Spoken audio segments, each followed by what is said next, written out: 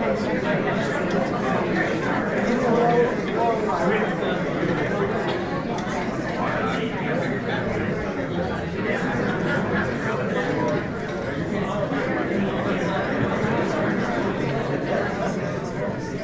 evening, everyone. Can you hear me okay? Very good. My name is Gary Jacobs. I'm the Executive Director for Park Shore, and it's my pleasure to welcome you all here this evening. Thank you so much for arranging your schedules to be here. We're excited to have everyone here tonight. Great agenda. We wanted to cover just a couple of things. In case you need to facilitate, we have facilities right down the hall to the right. We are expecting a few more people to come in, and so we've got seating. You might have to get a little bit cozy. We don't want you to feel like you have to stand if there's a seat available. And so just so you know, help each other find a good spot. We have a full agenda tonight, so we wanted to go ahead and get started. We want to thank our special guests of honor for being here tonight. Joy Hollingsworth and the Seattle City Council has come tonight. Thank you.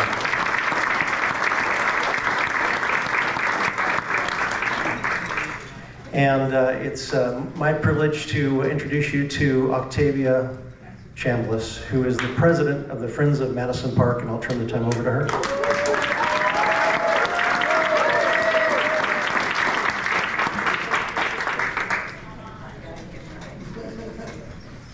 Good evening, everybody. Thank you all so much for coming. This is a great turnout, and I'm so glad we're not at the preschool sitting in little chairs, so this is great. I want to thank Park Shore for making your dining room available to us. It's really quite wonderful and beautiful in here. And I want to do just a few neighborhood items. I'll try and be brief, but I just want to do a little catch-up. Let's see if I can make this work. I think if people have read the newsletter, they know that Party for the Park was a huge success for us, and we raised $140,000.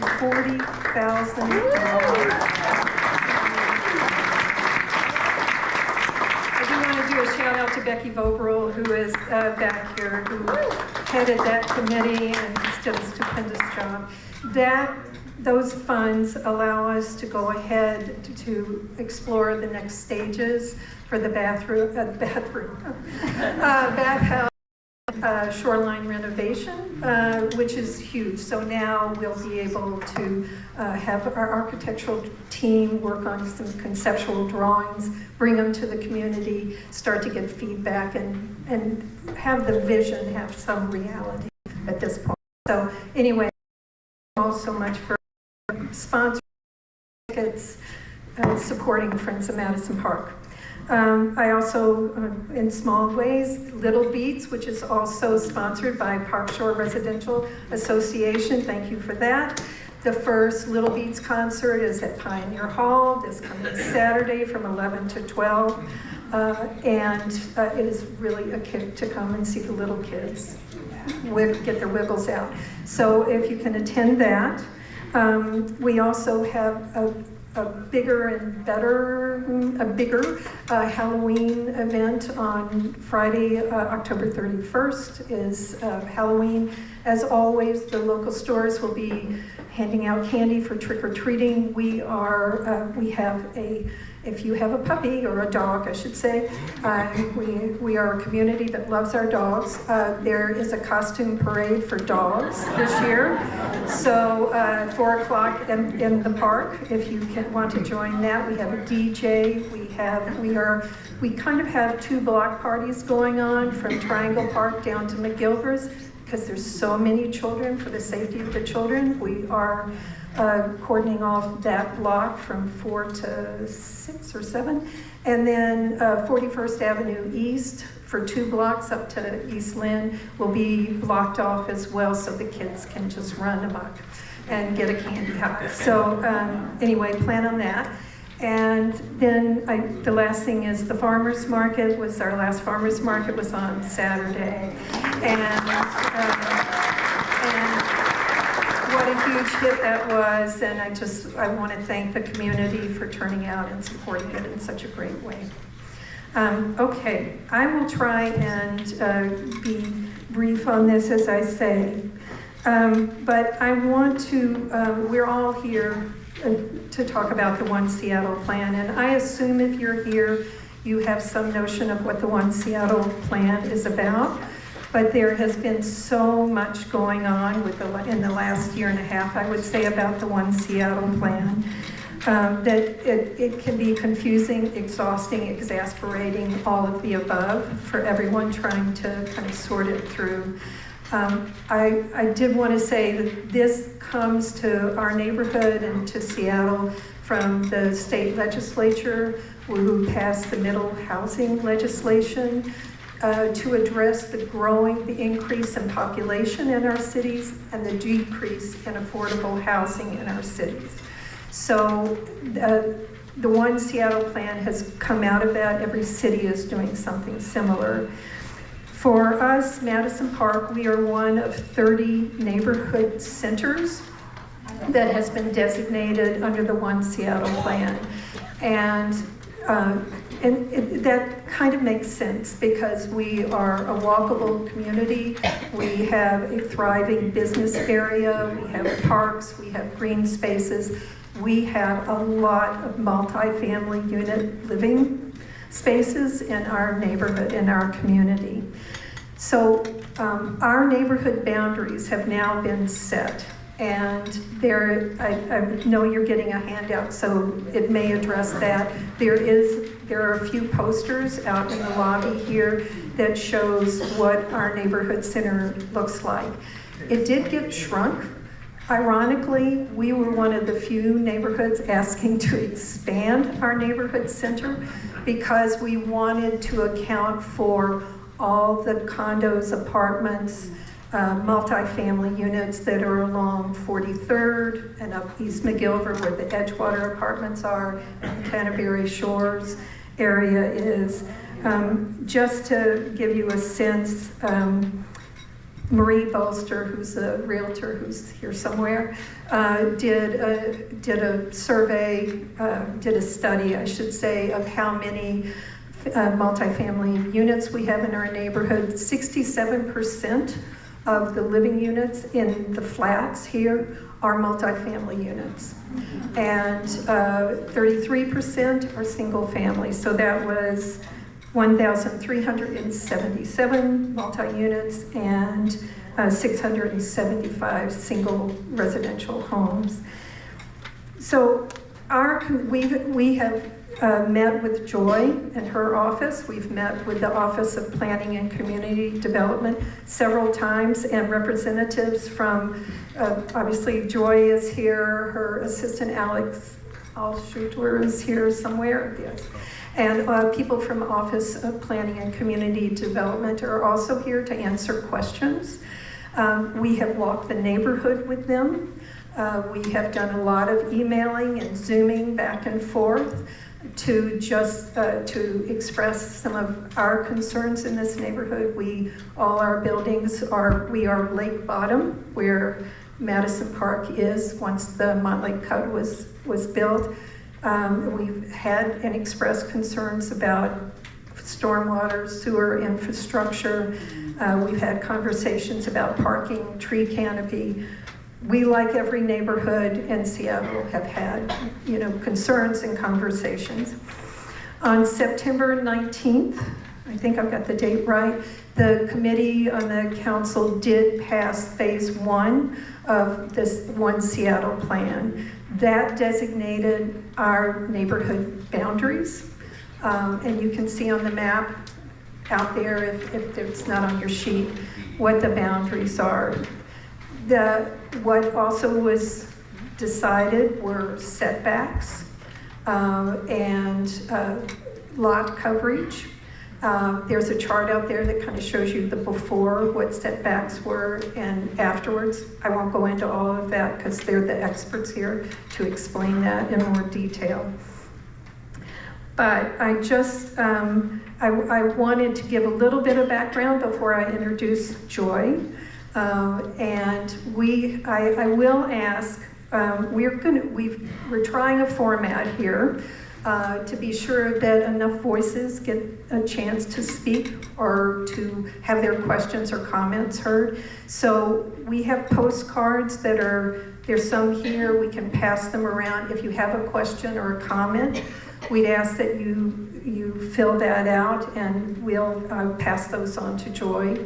Otherwise, if you do want to raise your hand and speak, you'll have 1 minute to do it, to be sure everybody gets an opportunity. And I've got my timer back here, Brendan, who will time you, and just so everybody gets an opportunity and we don't get too sidetracked.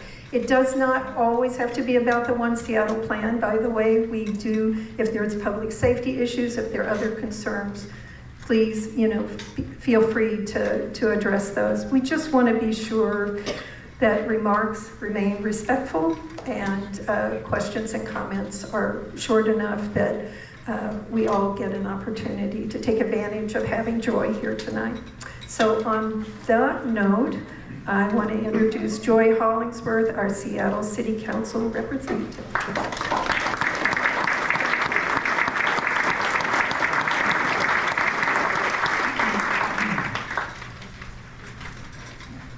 Good afternoon, sorry, good evening.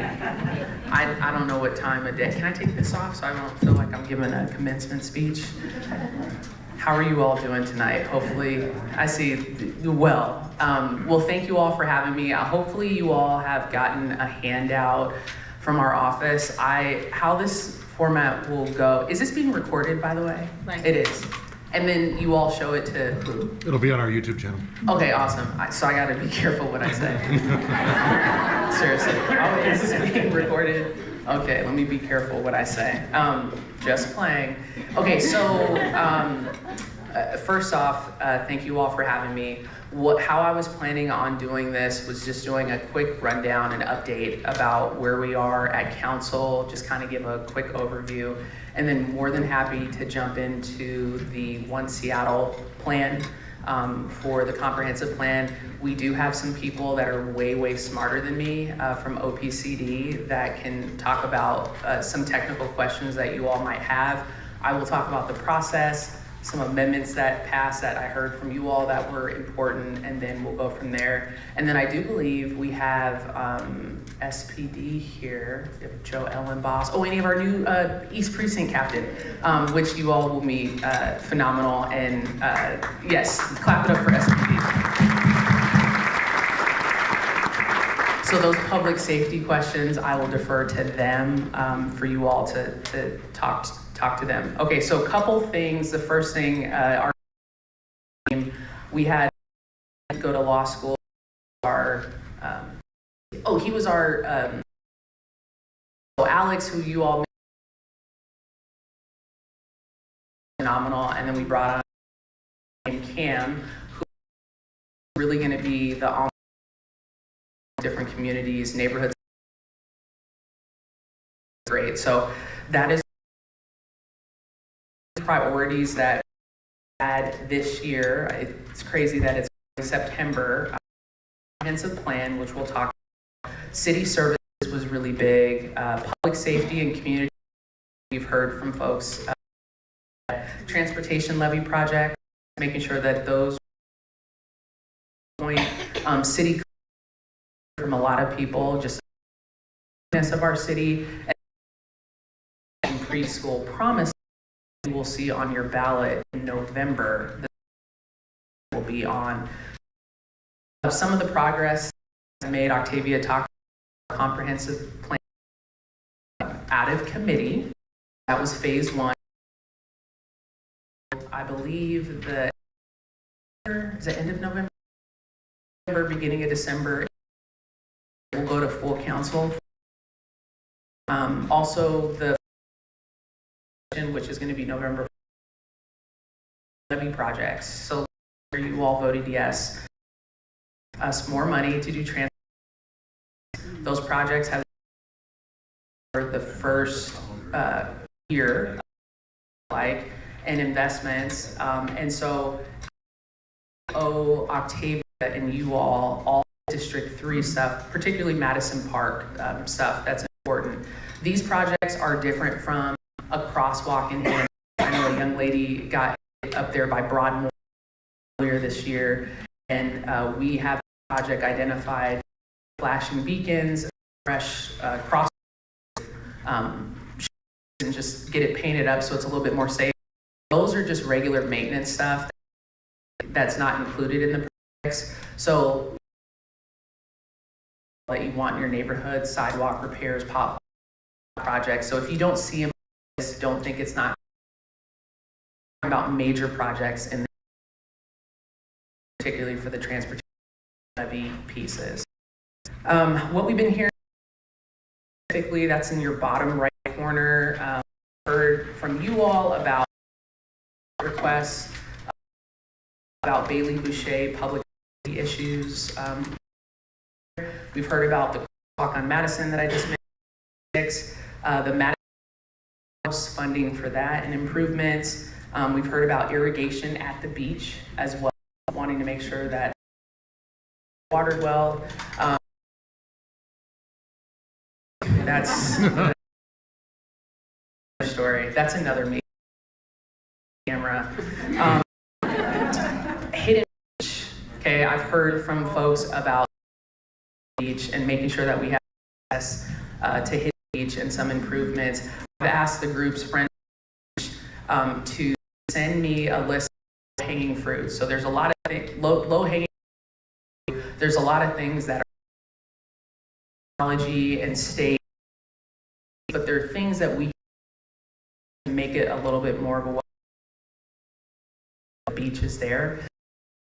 I know that there's issues going on with the different property owners and all that stuff. I'm trying to avoid that conversation because that has been years of a lot of stuff. I just want to make sure we can do the low-hanging fruit first so we can navigate that. And last I heard investments for infrastructure in Madison Park. And what does that look like as we are building, have identified Madison Park as being one of the neighborhood centers, and then also making sure that we're not just adding housing, we're adding the infrastructure that comes along with that, because that is a big piece as we are growing as a city. You're having parks and more people walking the block, more things going on and activity, and making sure that we have the correct infrastructure in Madison Park to support that growth. On the back, you'll see some amendments that I sponsored that passed. The amendments that I put forth were a bunch, I call them the gumbo. So like it was a bunch of everything that I heard from people, all the way from our maritime folks to people that lived in the community, to just everyone. Some of the stuff that I think that when I heard from Madison Park that was important was family housing. People talked about a lot about family housing. People talked about protecting trees. A tree fight on down here. I read in the paper like a big yes. There's a tree on a property.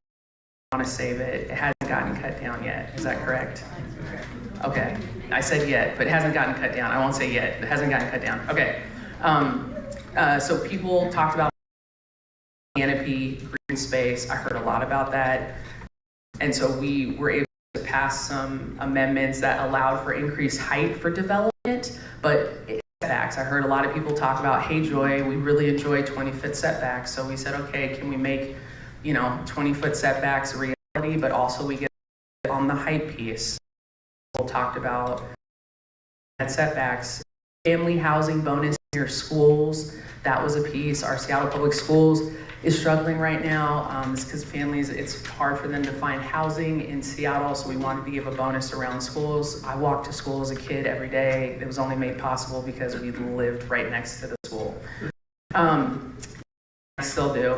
Amendment 2, which was spicy, which was trees. I didn't realize how spicy trees could be until dealing with the comprehensive plan. So 102 was a tree protection that basically alternative site plan was sponsored by Councilmember Rivera. Alternative site plan authority and SDCI discretion for development that encroaches on tree protection areas. We heard it from people saying that they wanted to have more protection on trees, and that amendment did pass.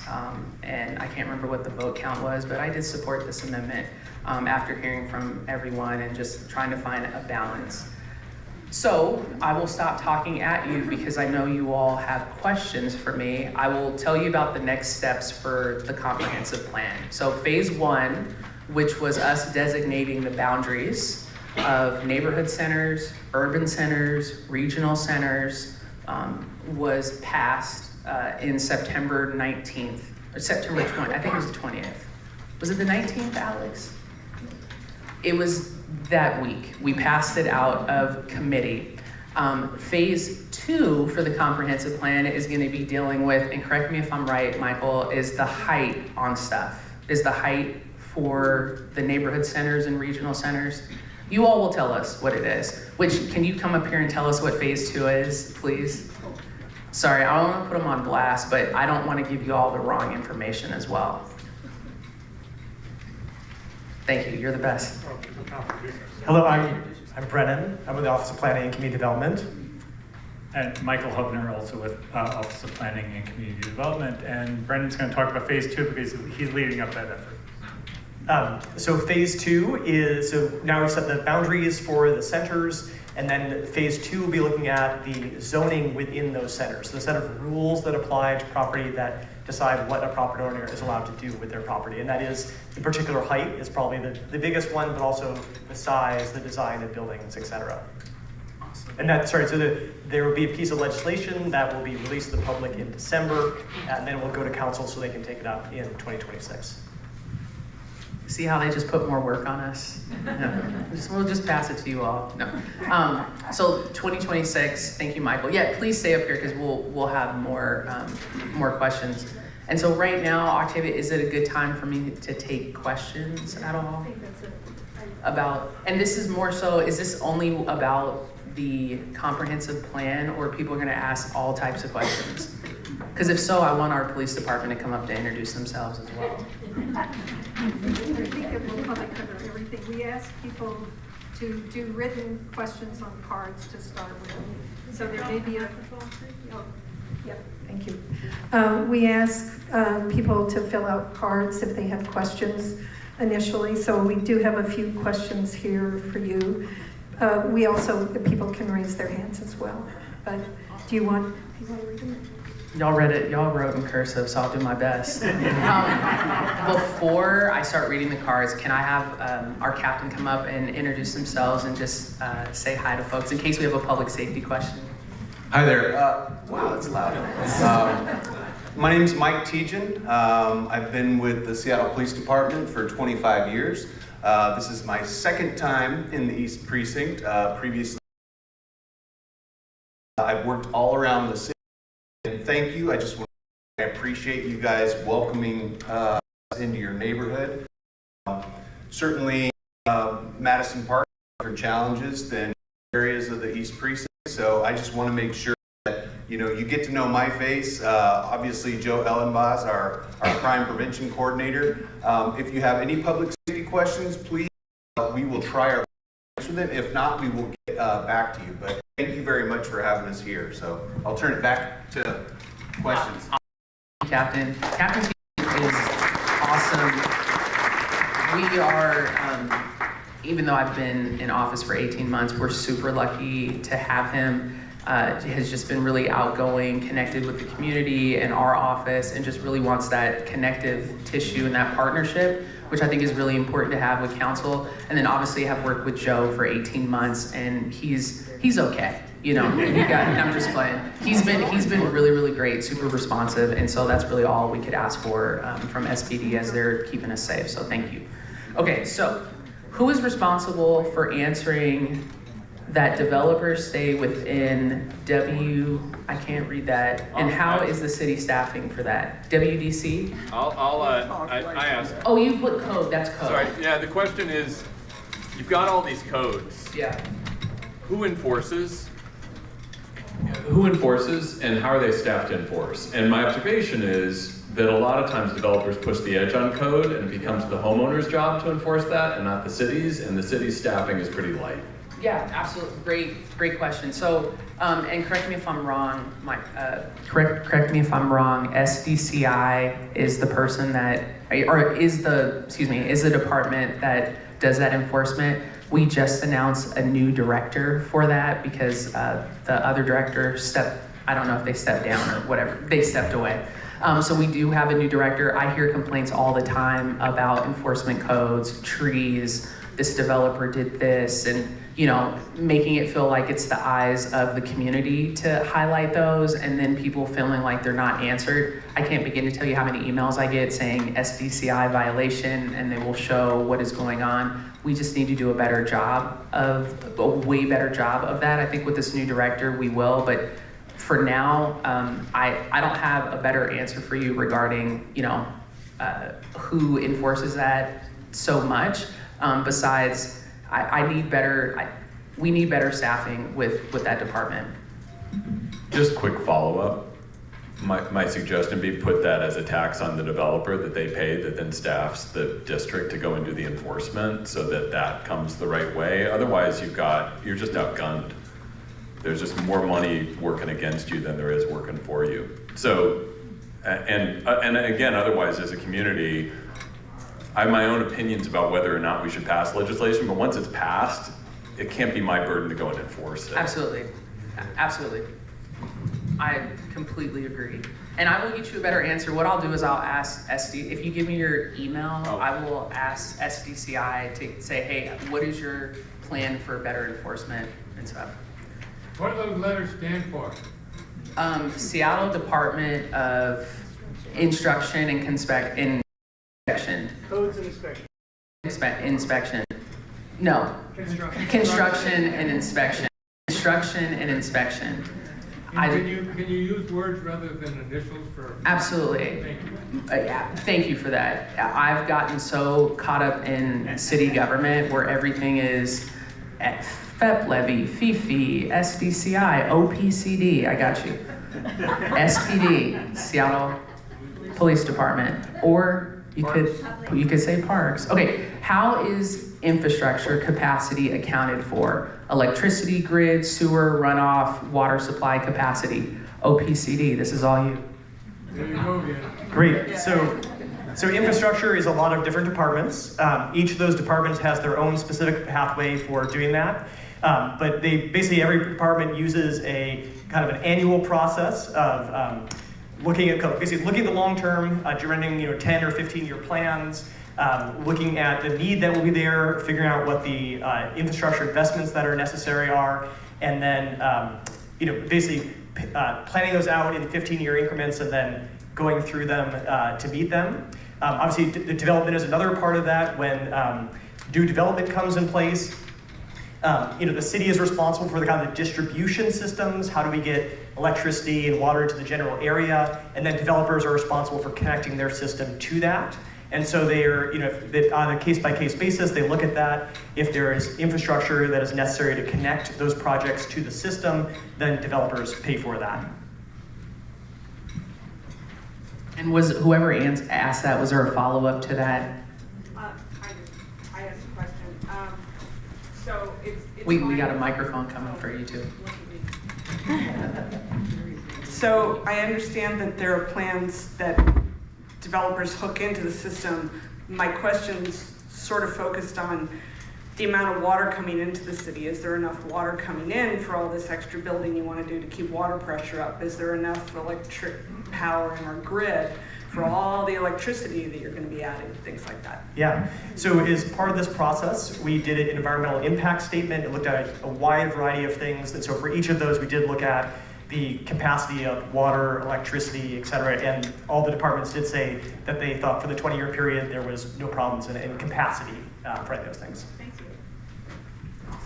Thank you. Okay, next question, and you'll stay up here, Mike. Sorry, Brandon. I called you Michael because I was looking at Michael. Next question is, why wasn't 45th Avenue East Edgewater Departments included in the density scope? Already lots of multifamily housing units. And sorry, I'm reading this very slowly. It's because I haven't had time to sharpen my cursive skills. So 45th wasn't included in the neighborhood center. And the question is, why was that not included to include the capacity for the neighborhood center? Great. Yeah. So 45th is essentially the boundary of the proposal. So one side is in, one side is out. We, in general, have avoided areas that are what we call environmentally critical areas in putting in these new centers. The idea is that the centers are places where we want to see a lot more development, and places like properties that are directly next to the shoreline, where properties may actually be kind of partially over water, are places we don't want to see as much development. So that's why we didn't put it in, much like we didn't put areas of environmental critical areas in other centers. And was there a follow-up to that question? It's actually 43rd. It's 43rd. That was my question. This is a late, so no, it's my question, and my writing is terrible. 43rd, and you answered my question. And was that answered? Was there a follow-up? Okay, there's one follow-up. Well, 43rd is already zoned as LR3. It's within, within walking distance.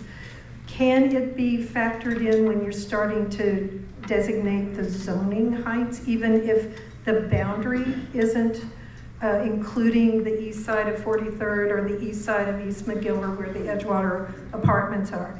Can that be factored in of us meeting, many multifamily units as opposed to going into some of the residential areas that are already zoned to be 3 stories rather than bumping them up to be 5 stories?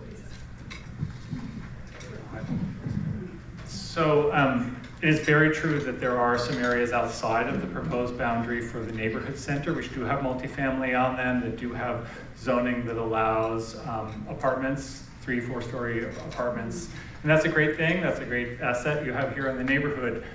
The point of the neighborhood center concept was to delineate areas that are quite close to existing commercial neighborhood commercial districts like the great one that you have here.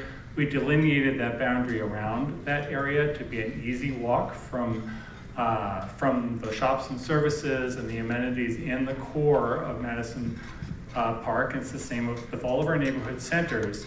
And the idea there is to draw a boundary where we could add new housing over time. So new apartments at approximately the scale of some of the development you already have in the neighborhood, perhaps a little bit taller, perhaps a little bit shorter in some cases. And that's where the zoning proposal will come in for those areas which are a mix of low-scale multifamily, shops, single-family homes, and would generally allow development between 3 and 5 stories, mostly in that 4 and 5 story range with the new zoning proposal. And the whole idea is to add opportunities for people to live in Madison Park where there aren't those housing options right now. And you all better stay up here. Most of these questions are for you. No, just fine. Was there a follow-up to that? Yes.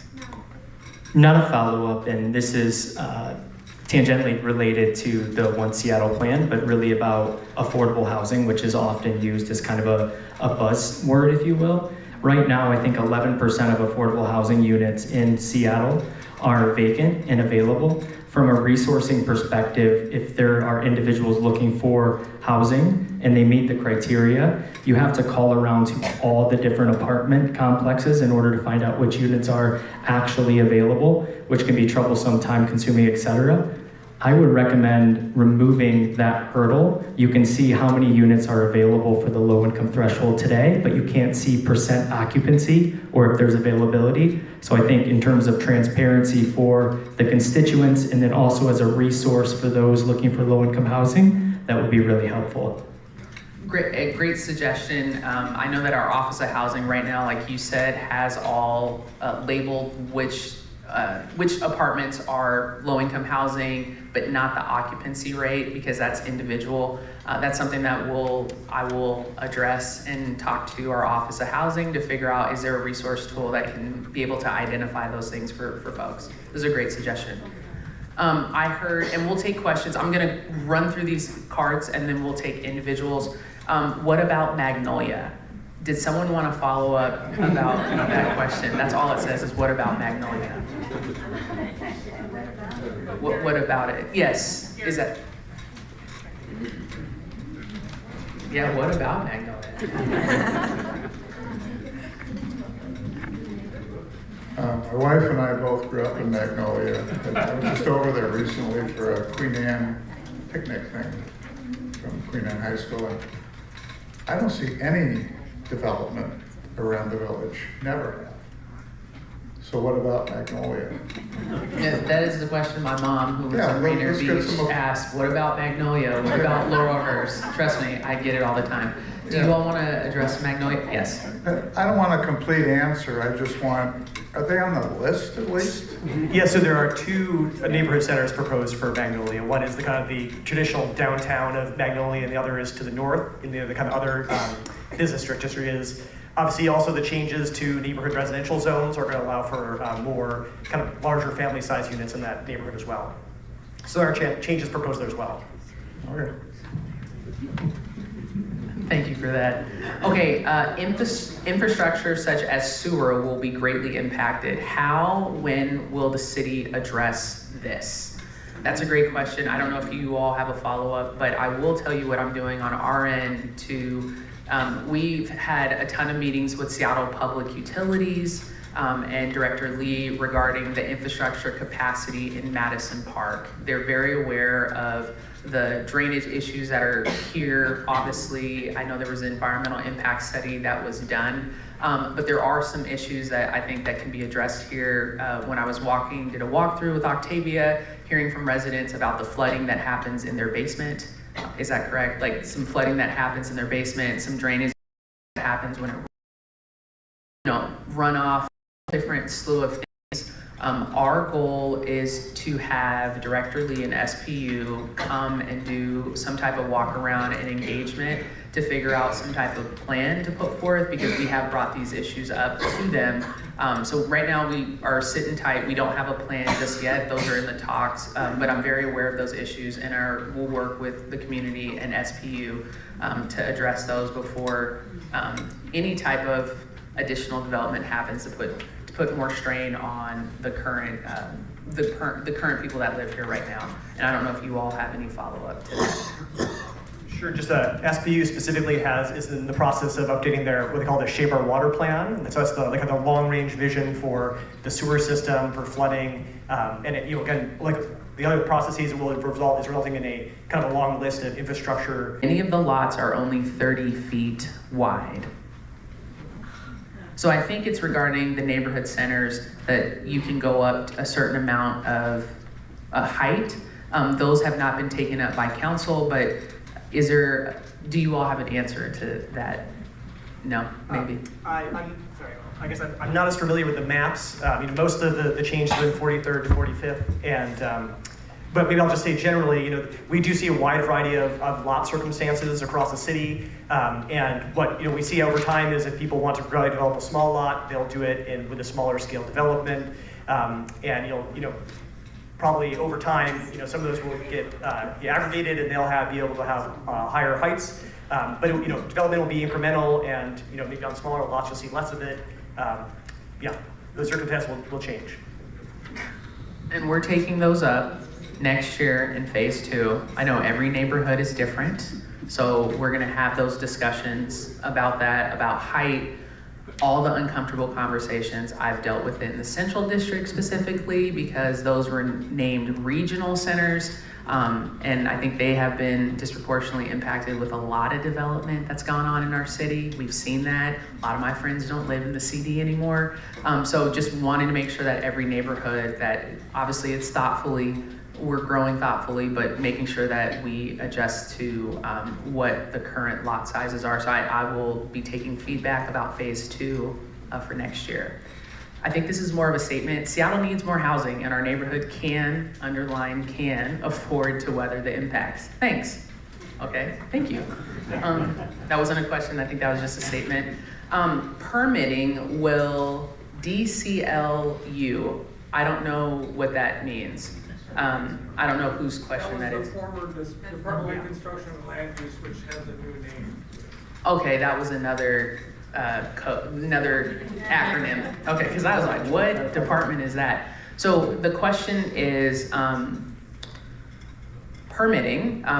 can we be able to add staff to the Department of Construction and Inspections so we can be able to uptaken, reviewed, and issued, did I say that right? So permits can be. In a timely manner. You can have an uptake meeting in a Yeah. reasonable amount of time, a review.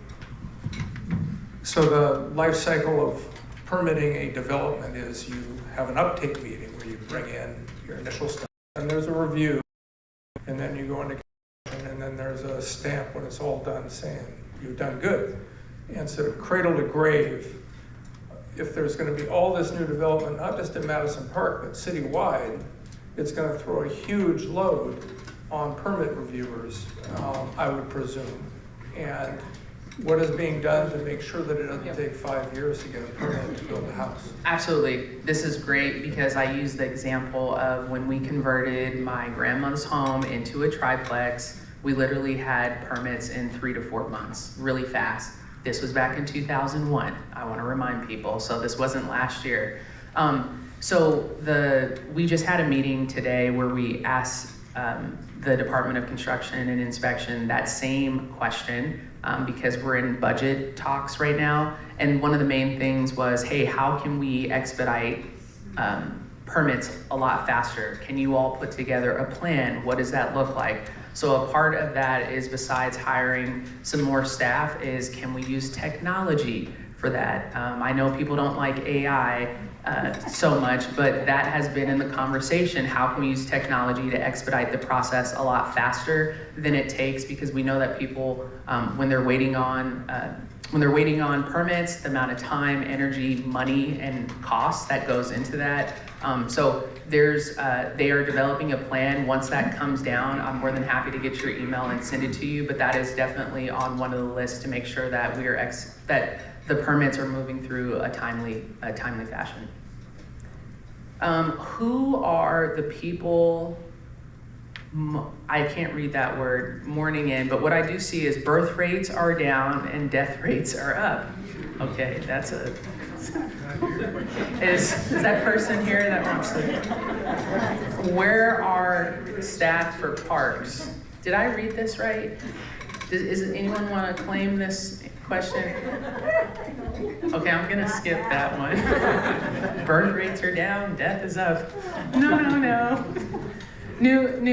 Okay, marking with yellow rampways at crosswalk that I've been asking for over 1.5 years so that my blind wife can cross with her service dog Egan safely.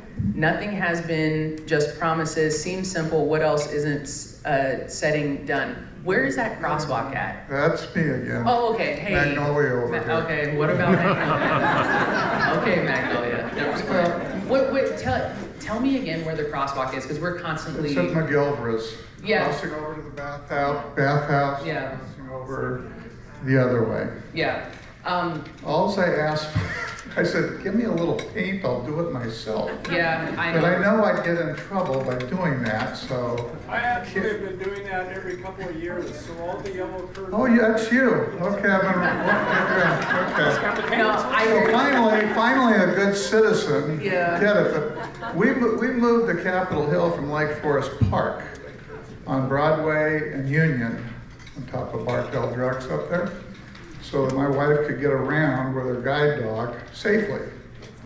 And with the proximity of everything, that's, but we moved because my protect us enough. So we moved down here. I'm just asking for one little crosswalk.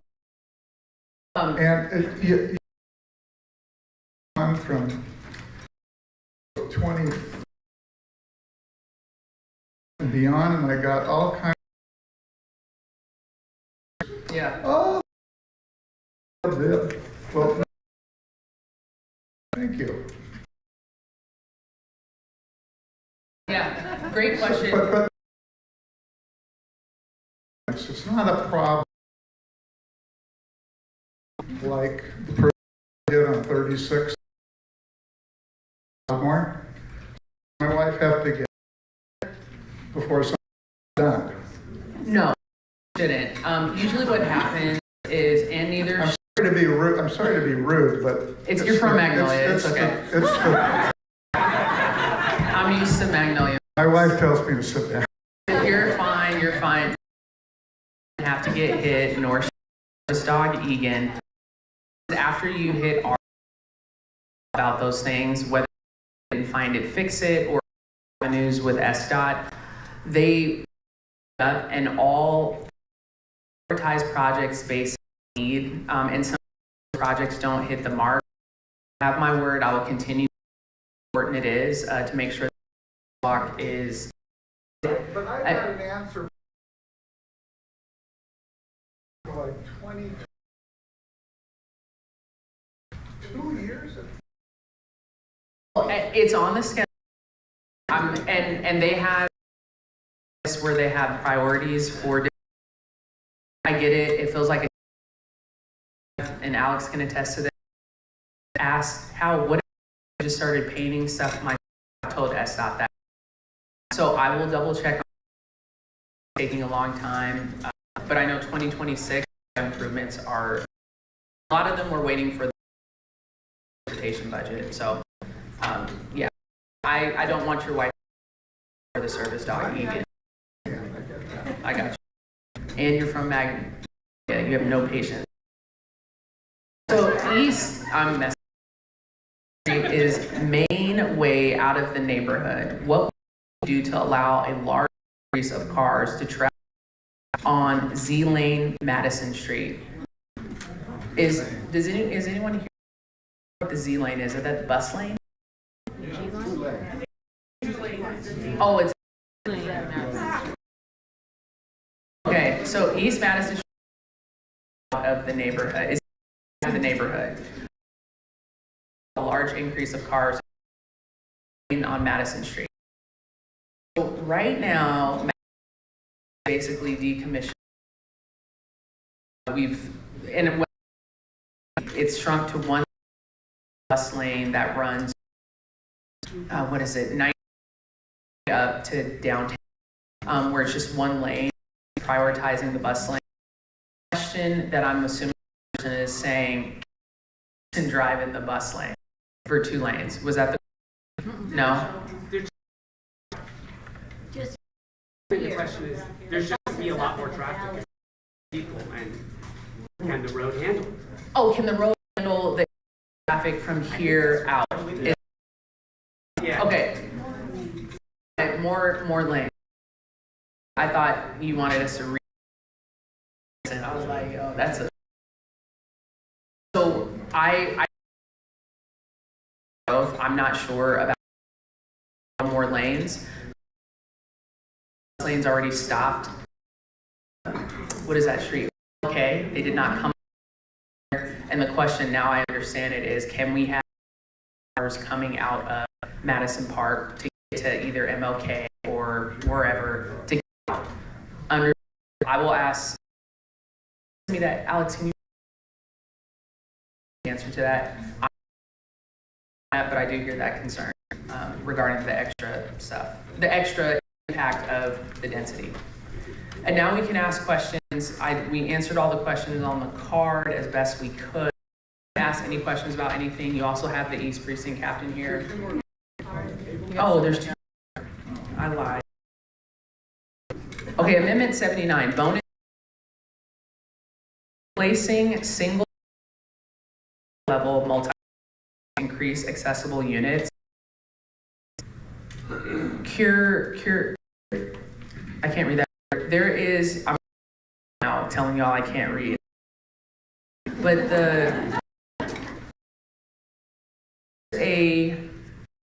Owl City, what is that? Paucity? Okay. Accessible housing for those with mobility. Disabled parking added units. Okay, is my amendment. Basically what I heard from people.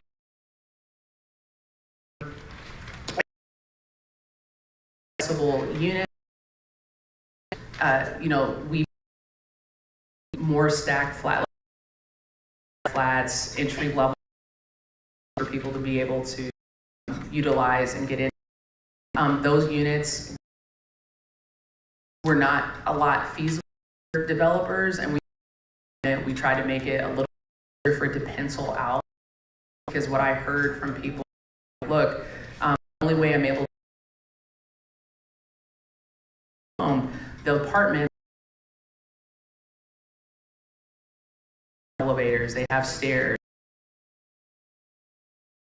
Always in the back of our minds.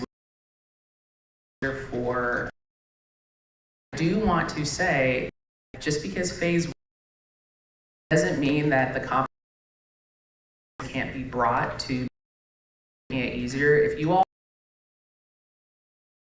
send them through land use, and a lot better, so the type of housing that you want in the community. So, as well, answers. Are our beaches closed?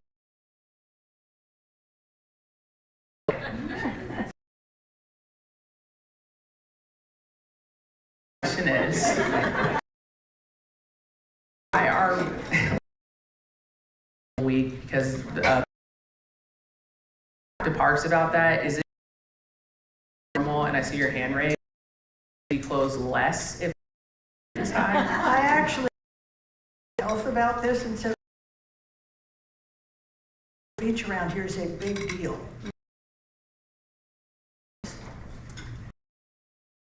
Merchants, all of it.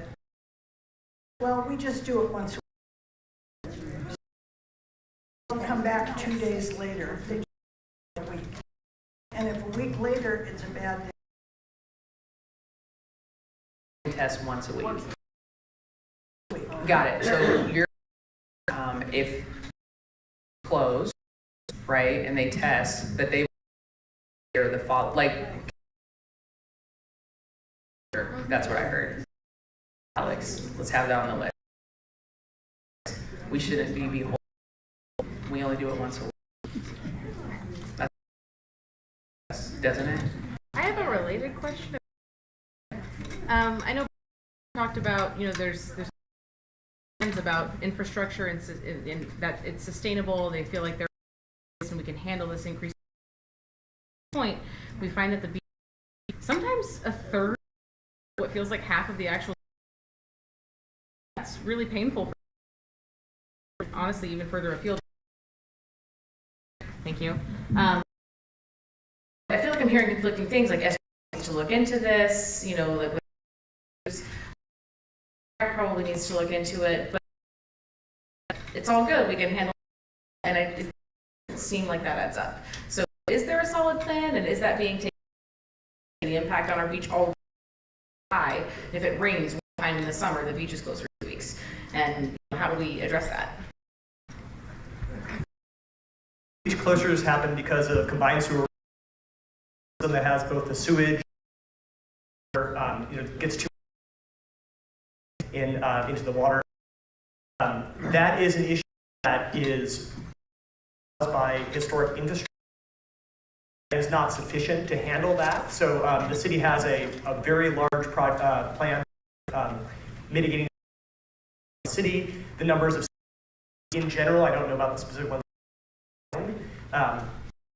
Work in terms of new development, existing development didn't have stormwater code when it was developed, and so oftentimes it has little control over what comes off the building.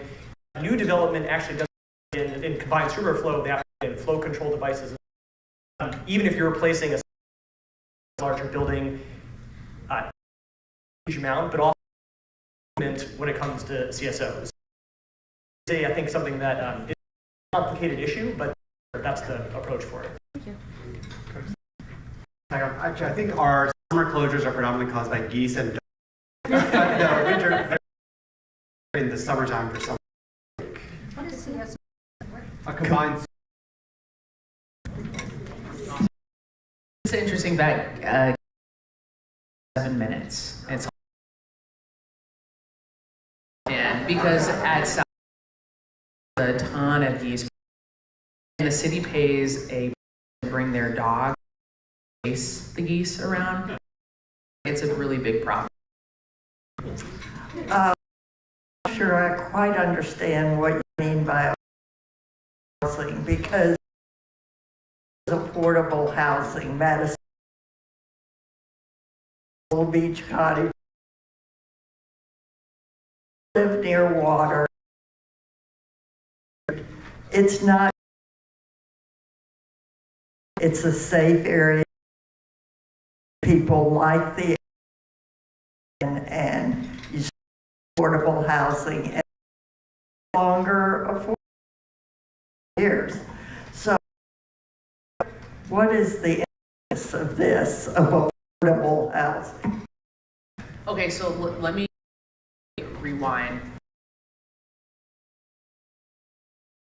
About the small landlords around Seattle that I used to original afforded coined for certain in development. We get so the definition of affordable housing kind of all over the place. I hear it now, and I hear about affordable housing about certain development. Some of your big I'm also trying to bring in the landlords that are the original providers. What I do, and correct, is that you feel like what's that's going to happen over become affordable. I look at what you're, I mean, it's a great place to live. To live in it's a place, more people are spend the money to buy the area, and so, you know, it's not going to stay affordable. Area has made affordable a certain class of people because it's designed. Can you talk about unlocking? Yeah. First, just on the definition. When we talk about affordable, and that people who are in lower income don't pay more than 30%. We also, obviously, the market rate housing. And increase both those things generally, because it's that the driving to reduce the variety of options so that people can kind of stay in so we're trying to create a means you know, more, I should say, in have a whole plan affordable housing as well. By voters is a big part of it. We also new development is not the small housing, and so that's where one is as well.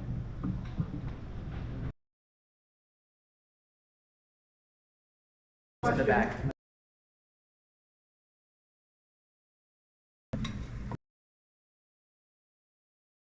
And I ask, understand it, parking association and parking here. Parking now defined. Says we're going